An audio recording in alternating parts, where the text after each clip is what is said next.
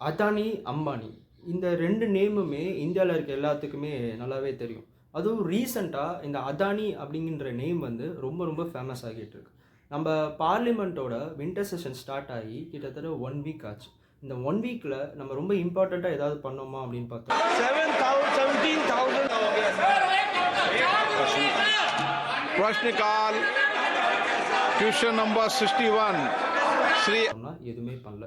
Opposition எல்லாருமே இந்த Adani issue வந்து பார்லிமெண்ட்ல டிஸ்கஸ் பண்ணணும் அப்படின்னு கேட்குறாங்க. கவர்மெண்ட் வந்து இது ஒரு பிரைவேட் மேட்டர், இது வந்து ஒரு கம்பெனி மேட்டர், இதை வந்து நம்ம பார்லிமெண்ட்டை டிஸ்கஸ் பண்ணி பார்லிமெண்ட்டோட பொன்னான டைமை நம்ம வேஸ்ட் பண்ணக்கூடாதுன்னு கவர்மெண்ட் சொல்கிறாங்க. அதானி இஷ்யூனா என்ன? இந்த அதானி இஷ்யூ நடந்தப்பறம் ஏன் இந்தியன் ஸ்டாக் மார்க்கெட்லாம் ரொம்ப டவுன் ஆச்சு? இப்போ எல்லாமே பவுன்ஸ் பேக் ஆயிடுச்சு. பட் இந்த அதானி இஷ்யூ வெளியே வந்தப்பறம் நெக்ஸ்ட் டே இந்தியன் ஸ்டாக் மார்க்கெட்லாம் ரொம்ப டிப் ஆச்சு. இது இஷ்யூ என்ன தான் நடந்துச்சு அப்படின்னு டீட்டெயில்டாக இந்த வீடியோவில் நம்ம பார்ப்போம்.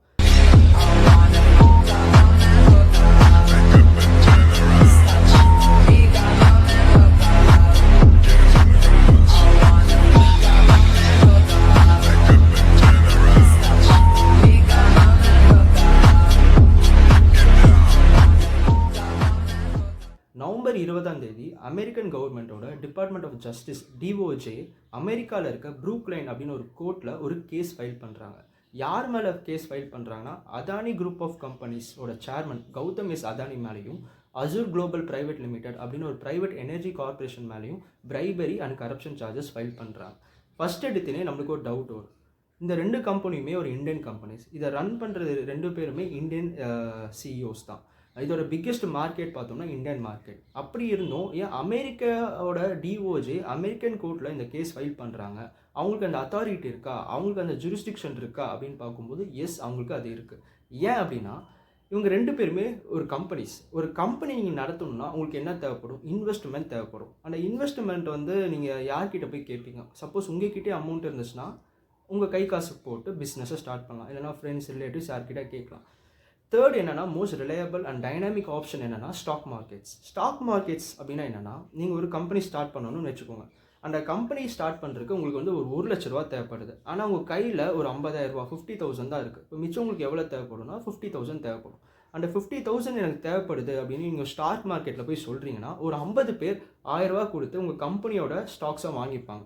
இப்போ உங்ககிட்ட வந்து ஒரு 50,000 ரூபா இருக்குது, ஆல்ரெடி உங்ககிட்ட ஒரு 50,000 ரூபா இருக்குது. இப்போ இந்த 1 லேக் வச்சு நீங்கள் கம்பெனி ஸ்டார்ட் பண்ணுறீங்க, ஸ்மூத்தாக போயிட்டுருக்கு. இந்த கம்பெனி நல்லா ப்ராஃபிட் ஆனப்புறம் உங்களுக்கு 1000 ரூபா கொடுத்தாங்களா ஒரு 50 பேர், அவன்கிட்ட வந்து நீங்கள் 1200 1300ன்னு உங்கள் கம்பெனியோட ப்ராஃபிட்டுக்கு ப்ரொபோஷனாக அவனுக்கு வந்து ஒரு டிவிடெண்டாக கொடுத்துருங்க. இதுதான் ஸ்டாக் மார்க்கெட். ஒரு இந்தியன் கம்பெனிக்கு வந்து இன்வெஸ்ட்மெண்ட் தேவைப்படுது அப்படின்னா அவங்க இந்தியன் ஸ்டாக் மார்க்கெட்டில் மட்டும்தான் போய் கேட்கணுமா அப்படின்னு கேட்டோம்னா இல்லை. இந்தியன் கம்பெனிஸ் வந்து அமெரிக்கா ஸ்டாக் மார்க்கெட்டில் போய் கூட தங்களோட ஷேர்ஸை லிஸ்ட் பண்ணலாம். அதே மாதிரி ரெசிப்ரோக்கலாக அமெரிக்கன் கம்பெனிஸ் வந்து இந்தியன் ஸ்டாக் மார்க்கெட்டில் வந்து கூட அவங்க வந்து லிஸ்ட் பண்ணலாம் அந்த கம்பெனிஸை. இந்த அசூர் குளோபல் பிரைவேட் லிமிடெட் என்ன பண்ணியிருக்காங்கன்னா அமெரிக்கன் ஸ்டாக் மார்க்கெட்டில் தன்னோட கம்பெனியோட ஷேர்ஸ் வந்து லிஸ்ட் பண்ணியிருந்திருக்காங்க. அப்போது என்ன அர்த்தம்? அமெரிக்கன் சிட்டிசன்ஸும் இந்த கம்பெனியில் இன்வெஸ்ட்மெண்ட் பண்ணியிருப்பாங்க. அமெரிக்கன் சிட்டிசன்ஸ் இன்வால்வ் ஆகிறனால தான் அமெரிக்காவோட டிபார்ட்மெண்ட் ஆஃப் ஜஸ்டிஸ் வந்து இந்த கேஸை வந்து ஃபைல் பண்ணியிருக்காங்க. இப்போ உங்களுக்கு புரியும் ஏன் அமெரிக்கா வந்து இந்தியன் கம்பெனிஸை வந்து இன்வெஸ்டிகேட் பண்ணுறாங்க. இப்போ இது அப்படியே இருக்கும்போது இப்போ அப்படியே இந்தியன் கான்டெக்ஸ்ட்டுக்கு வாங்க. இந்தியாவோட ஜனத்தொகை பார்த்தீங்கன்னா 141.4 கோடி. இவ்வளோ பெரிய ஜனத்தொகை இருக்கிறனால நம்மளுக்கு வந்து மின்சாரம் அண்ட் பவர் இதோட டிமாண்ட் ரொம்ப அதிகமாச்சு. ஒரு 10 இயர்ஸ்க்கு முன்னாடி நீங்கள் வந்து மின்சாரத்தை தயாரிக்கணும், எலக்ட்ரிசிட்டியை தயாரிக்கணும்னா நம்ம எதுலேருந்து தயாரிக்கணும்? பெட்ரோல், டீசல், இல்லைனா கோல், அந்த கரின்னு சொல்லுவாங்கள்ல, அதுலேருந்து தான் நம்ம வந்து மின்சாரத்தை தயாரிக்கிறோம். ஆனால் இந்த வழியில் நீங்கள் மின்சாரத்தை தயாரிக்கும் போது என்ன ஆகுதுன்னா இந்த பொருட்களை நீங்கள் எரிக்கும்போது carbon dioxide, carbon monoxide, nitrogen oxide, nitrogen dioxide, sulphur dioxide, PM2.5, PM10 இந்த மாதிரி இதெல்லாம் ஒரு டாக்ஸிக்கான ஏர் பொல்யூட்டன்ஸ். இதெல்லாம் அட்மாஸ்பியரில் சஸ்பெண்ட் ஆகிறதுனால ஏர்த் ரொம்ப சூடாகிறதுனால நிறையா கிளைமேட் டிசாஸ்டர்ஸ்லாம் நடக்குது. இப்போ ஃபார் எக்ஸாம்பிள் வந்து பார்த்திங்கன்னா இந்தியாவில் கூட இந்த சைக்ளோன்ஸ் வந்து இப்போலாம் ரொம்ப ஃப்ரீக்வெண்ட் அடிக்கடி வருது. அதுக்கு ரீசனுமே இந்த கிளைமேட் சேஞ்ச் தான், பூமி சூடாகிறதுனால தான். ஸோ நம்ம என்ன பண்ணுறோம்னா இயற்கையான முறையில் மின்சாரத்தை தயாரிக்கணும். அதை இயற்கையான முறைனா என்ன? இந்த காற்றாலை, விண்ட் எனர்ஜி, சோலார் எனர்ஜி, இது மூலயமா நம்ம எலக்ட்ரிசிட்டி ஜென்ரேட் பண்ணணும்னு சொல்லிட்டு இந்தியன் கவர்மெண்ட் இதுக்காகவே ஒரு அமைச்சகத்தையே கிரியேட் பண்ணுறாங்க. அந்த மினிஸ்ட்ரி பேர் என்னன்னு பார்த்தோம்னா ministry of new and renewable energy. இந்த அமைச்சகத்தோட முக்கியமான வேலை என்னென்னா இந்தியாவில் இயற்கை வழி மின்சாரத்தை வந்து ப்ரொமோட் பண்ணணும், அதை சப்சிடைஸ் பண்ணணும், அதை வந்து நிறைய அவேர்னஸ் கேம்பெயினை கிரியேட் பண்ணணும். இந்த மினிஸ்ட்ரிக்கு கீழே இன்னொரு கம்பெனி இருக்குது. அந்த கம்பெனி பேர் என்னென்னா SCCI, solar energy corporation of India. இந்த கம்பெனி வந்து ஒரு நவரத்னா கம்பெனி. நவரத்னா கம்பெனினா என்னென்னா, என்னதான் அது வந்து ஒரு கவர்மெண்ட் கம்பெனியாக இருந்தாலும் ஒரு 1000 கோடியை கவர்மெண்ட் அப்ரூவலே இல்லாமல் இந்த கம்பெனி எங்கே வேணாலும் இன்வெஸ்ட்மெண்ட் பண்ணலாம். ஃபார் எக்ஸாம்பிள் சொல்கிறேன், தமிழ்நாடு எடுத்துக்கோங்க. தமிழ்நாட்டில் திருச்சியில் பெல் அப்படின்னு ஒரு மகரத்னா கம்பெனி இருக்குது, பாரத் ஹெவி எலக்ட்ரிக்கல் லிமிடெட். அவங்க தான் இந்த ட்ரெயினோட கம்பார்ட்மெண்ட் எல்லாம் மேனுஃபேக்சர் பண்ணுறாங்க. அதே மாதிரி சேலமில் steel authority of India limited, அதுவுமே ஒரு மகரத்னா கம்பெனி தான். இவங்க மகரத்னா கம்பெனினா பார்த்தோம்னா ஒரு கிட்டத்தட்ட 2000 கோடி கவர்மெண்ட் அப்ரூவலே இல்லாமல் அவங்க எங்கே வேணாலுமே இன்வெஸ்ட்மெண்ட் பண்ணலாம். அதான் மகரத்னா கம்பெனி. இந்த SCCI, இந்த நவரத்னா கம்பெனியோட ஒர்க்கு என்ன, வேலை என்னென்னா, சூரிய ஒளி மின்சாரத்தை வந்து ப்ரொமோட் பண்ணணும். சூரிய ஒளி மின்சாரம் யார் யாரெல்லாம் ப்ரொடியூஸ் பண்ணுறாங்களோ அவங்கக்கிட்ட இருந்து வாங்கி யார் யாருக்குள்ள அது தேவைப்படுதோ அவங்கக்கிட்ட ஒரு விற்பாங்க. ஃபார் எக்ஸாம்பிளுக்கு ஒரு இன்டர்மீடியட், ஒரு புரோக்கர் வேலை மாதிரி தான். ஓகே, 2019 இந்த SCI அவங்க என்ன பண்ணியிருக்காங்கன்னா, எங்களுக்கு வந்து ஒரு 12 ஜிகாவாட்ஸ் 12 ஜிகாவாட் சூரிய ஒளி மின்சாரம் வேணும்னு சொல்லிட்டு ஒரு கான்ட்ராக்டை வந்து டெண்டர் விடுறாங்க. அது விடும்போது அதானி குரூப் ஆஃப் கம்பெனிஸ் என்ன பண்ணுறாங்கன்னா, நாங்கள் வந்து ஒரு 8 ஜிகாவாட் மின்சாரத்தை நாங்கள் கொடுக்குறோன்னு அதானி வராங்க. அசூர் குளோபல் பிரைவேட் லிமிடெட், அவங்களோட எனர்ஜி கம்பெனின்னு சொன்னால, அவங்க வந்து ஒரு 4 ஜிகாவாட் எலக்ட்ரிசிட்டியை நாங்கள் கொடுக்குறோம் அப்படின்னு அசூர் குளோபல் பிரைவேட் லிமிடெட் வராங்க. இப்போ அதானி, அசூர் அண்ட் SCCI இவங்க 3 பேர்த்துக்கும் அந்த அக்ரிமெண்ட் சைன் ஆகுது. இந்த அக்ரிமெண்ட்டை நம்ம என்னென்னு சொல்லுவோம்னா LOA அப்படின்னு சொல்லுவாங்க, லெட்டர் ஆஃப் அவார்ட். அதாவது இந்த கான்ட்ராக்டை நாங்கள் உங்களுக்கு அவார்ட் பண்ணுறோம் அப்படின்னு ஒரு கவர்மெண்ட் ஏஜென்சி 2 ப்ரைவேட் கம்பெனிஸ்க்கு சொல்கிறாங்க. இந்த SCCI என்ன பண்ணுறாங்கன்னா, ஒரு குறிப்பிட்ட ஒரு ஃபிக்ஸ்டு ரேட் வச்சு அதானிக்கிட்ட இருந்தும் அசூர்கிட்ட இருந்தும் இந்த சூரிய ஒளி மின்சாரத்தை அவங்க வாங்கிக்கிறாங்க. வாங்கி அவனே வச்சுப்பானா, 12 ஜிகாவாட் எலக்ட்ரிசிட்டி வச்சு அவன் என்ன பண்ண போகிறான்? ஸோ அதை எங்கேயாவது விற்கணும். யார்கிட்ட விற்கலாம்? மாநில அரசாங்கங்கள், அதாவது ஸ்டேட் கவர்மெண்ட்ஸ் கிட்ட விற்கலாம். ஃபார் எக்ஸாம்பிள் இப்போது தமிழ்நாடு எடுத்துக்கோங்கன்னா TNEB, தமிழ்நாடு எலக்ட்ரிசிட்டி போர்டு, இவங்க கிட்ட விற்கணும். ஆனால் எந்த ஸ்டேட் கவர்மெண்ட்டுமே இந்த சோலார் எனர்ஜியை வாங்குறதுக்கு முன் வரவில்லை. ஏன்னா இந்த சோலார் எனர்ஜி வந்து ரொம்ப காஸ்ட்லியாக இருக்குது. இவ்வளோ காசு கொடுத்து நான் ஏன்டா ரெனவபிள் எனர்ஜியை வாங்கணும் அப்படின்னு எந்த ஸ்டேட் கவர்மெண்ட்டும் வரல. இப்படி வரும்போது SCCIக்கு வந்து லாஸில் போகும்போது இந்த கான்ட்ராக்டை வந்து ஸ்டாப் பண்ணிடலாம், கேன்சல் பண்ணிடலாம் அப்படின்னு SCCI டிசைட் பண்ணுறாங்க. அப்படி பண்ணும்போது இந்த அதானி என்ன பண்ணுறாருன்னா, அவருக்கு ஒரு தம்பி இருக்கார். அந்த தம்பி பையன் பேர் என்னென்னா சாகரிஸ் அதானி. அவருக்கு இந்த இஷ்யூ தெரிய வரும்போது அவர் என்ன பண்ணுறாருன்னா, சாகரிஸ் அதானி ஆந்திர பிரதேஷ்க்கு போயிட்டு அங்கே இருக்க முக்கியமான கவர்மெண்ட் அஃபீஷியல்ஸை மீட் பண்ணி அதானி குரூப் ஆஃப் கம்பெனிஸ் உங்களுக்கு வந்து 2200 கோடி லஞ்சமாக கொடுக்கும். அந்த 2200 கோடி வாங்கிட்டு அந்த SCCI கிட்ட எங்களோட மின்சாரம் இருக்குது, அந்த மின்சாரத்தை அவங்ககிட்டேருந்து வாங்கிக்கோங்க அப்படின்னு சாகரிஸ் அதானி சொல்கிறார். இப்போது உங்களுக்கு ஒரு டவுட் வரும். ஃபார் எக்ஸாம்பிள், நீங்கள் வந்து ஒரு துணி கடை வச்சுருக்கீங்க. உங்கள் துணி கடையில் யாருமே வந்து துணி வாங்க மாட்டுறாங்கன்னு சொல்லிவிட்டு நீங்களே வாண்டடாக ரோட்டில் வரவங்க கிட்டலாம், இந்தாப்பா ஒரு 200 ரூபா இந்த அமௌண்ட்டை வச்சுக்கிட்டு நீ என் கடையில் வந்து துணி வாங்கிட்டு போ நீங்கள் சொல்வீங்களா? கண்டிப்பாக சொல்ல மாட்டீங்க. அது உங்களுக்கு லாஸு தானே. 2200 கோடி கொடுத்தும் அப்போவாது என்னோடய மின்சாரத்தை வாங்கு அப்படின்னு Gautam Adani group of company சொல்கிறாங்கன்னா அவங்களுக்கு அது எவ்வளோ ஒரு ப்ராஃபிட் மார்ஜினாக இருக்கும்.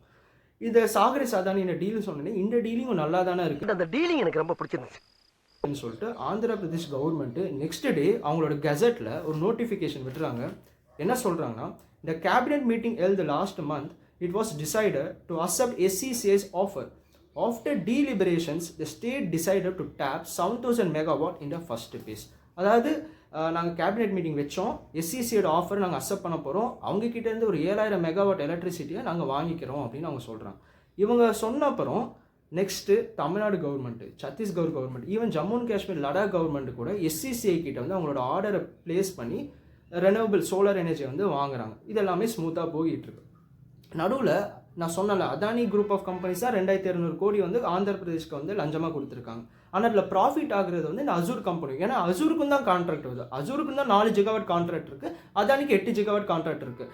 என்ன தான் அவனை விட இவனுக்கு பெரிய கான்ட்ராக்ட் இருந்தாலும் நான் தானே ஃபுல் லஞ்சத்தையும் கொடுத்தேன், அதில் இவனுக்கு ஒரு பங்கு இருக்குல்ல, இவனுக்கு ஒரு ஷேர் கொடுக்கணும்ல அப்படின்னு சொல்லி அந்த பிரைபரியில் ஷேர் வேணும். அதுக்கான அசூர் என்ன பண்ணுறாங்கன்னா, நாங்கள் வந்து உங்களுக்கு அமௌண்ட்டாக கொடுக்கல. ரீசெண்டாக ஆந்திரா கவர்மெண்ட்டு எங்ககிட்ட 2.3 ஜிகாவாட்டுக்கு கொண்டு ஒரு கான்ட்ராக்டை வந்து சைன் பண்ணியிருக்காங்க. அந்த கான்ட்ராக்ட் நான் எடுத்துக்கல, அந்த கான்ட்ராக்டை உனக்கு ட்ரான்ஸ்ஃபர் பண்ணி விட்டுறேன், அந்த கான்ட்ராக்ட் நீ வச்சுக்கோ அப்படின்னு சொல்ல அதானி குரூப் ஆஃப் கம்பெனிஸ்க்கும் ஓகே இது நல்லா தானே இருக்குது, இந்த டீலிங் நல்லா இருக்குன்னு சொல்லிட்டு அந்த கான்ட்ராக்டை வந்து வாங்கிக்கிறான். இது எல்லாமே ஸ்மூத்தாக போகிட்டு இருக்கு. எனக்கு புரியுது, ரொம்ப ஒரு காம்ப்ளெக்ஸான டாப்பிக்கு. நான் முடிஞ்ச அளவுக்கு சிம்பிளாக சொல்கிறேன்.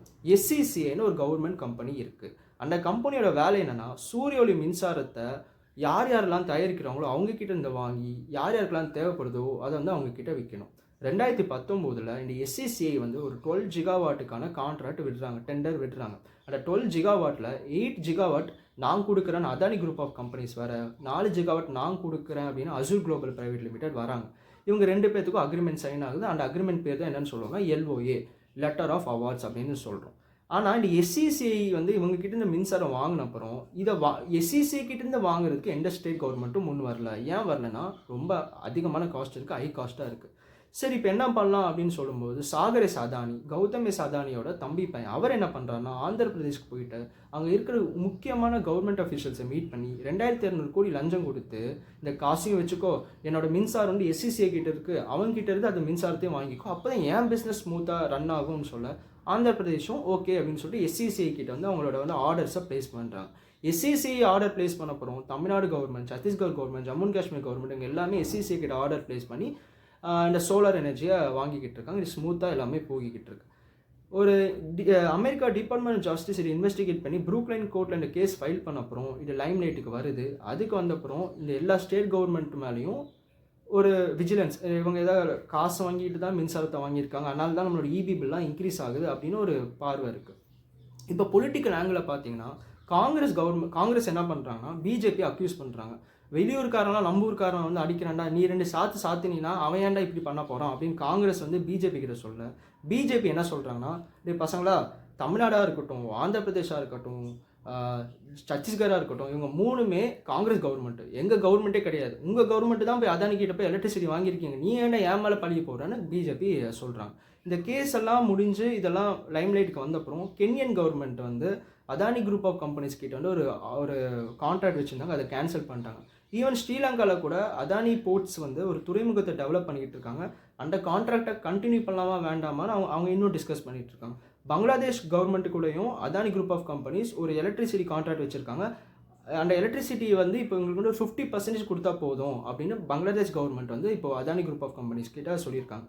தமிழ்நாடை பொறுத்த வரைக்கும் தமிழ்நாடு எலக்ட்ரிசிட்டி மினிஸ்டர் செந்தில் பாலாஜி கிட்ட போய் ப்ரெஸ் பீப்புள் கேட்குறாங்க, நீங்கள் தான் அதானி அப்போஸ் பண்ணுறீங்களா சார், நீங்கள் ஏன் sir Adani group of companies கிட்டே இருந்து இந்த எலக்ட்ரிசிட்டி வாங்கினீங்க அப்படின்னு கேட்கும்போது செந்தில் பாலாஜி என்ன சொல்கிறாருன்னா, நாங்கள் வந்து அதானி குரூப் ஆஃப் கம்பெனிஸ் கிட்டேருந்து எலக்ட்ரிசிட்டி வாங்கலை, நாங்கள் வந்து SCCI solar energy corporation of India அவங்க கிட்ட இருந்து தான் எலக்ட்ரிசிட்டி வாங்கினோம், அந்த SCCI வந்து எவங்க கிட்ட இருந்து வாங்கினான்னு எனக்கு எப்படி தெரியும் அப்படின்னு சொல்கிறார். அது மட்டும் இல்லாமல் SCCI கிட்டேருந்து நாங்கள் வாங்கினோம்னா சூரிய ஒளி மின்சாரம் அது ஒரு யூனிட்டுக்கு 2.1 பைசா தான். ADMK காலத்தில் அவங்க எலக்ட்ரிசிட்டி வாங்கும்போது ஒரு யூனிட் வந்து 7 ரூபாய்க்கு வாங்கினாங்க, நாங்கள் 2 ரூபாய்க்கு தான் வாங்கினோம், அது ப்ரைஸ் கம்மியாக தானே இருக்குது, அதனால சொல்லிட்டு தான் இது நல்ல ஆஃபராக இருக்குன்னு தான் நாங்கள் வாங்கினோம் அப்படின்னு சொல்கிறாங்க. இவ்வளோ தான் அதானி இஷ்யூ.